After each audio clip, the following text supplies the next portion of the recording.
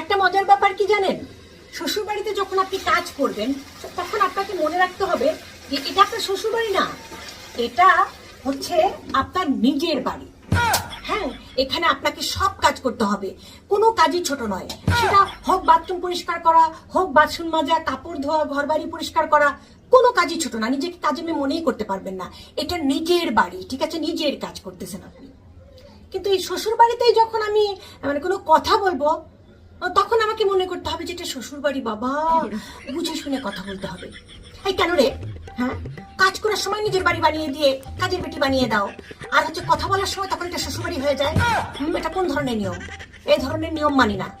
আমি যদি অক্লান্ত পরিশ্রম করে কাজ করি, ঠিক আছে, আমার একটু রাগ লাগতে পারে, ঠিক আছে, তোমাদের হেলে দেওয়া বাথরুমের যদি গু আমি পরিষ্কার করতে পারি, ফ্লাশটাও যদি আমার দিয়ে দিতে হয়, তাহলে একটু গন্ধযুক্ত কথা শোনারও অভ্যেস করে নাও।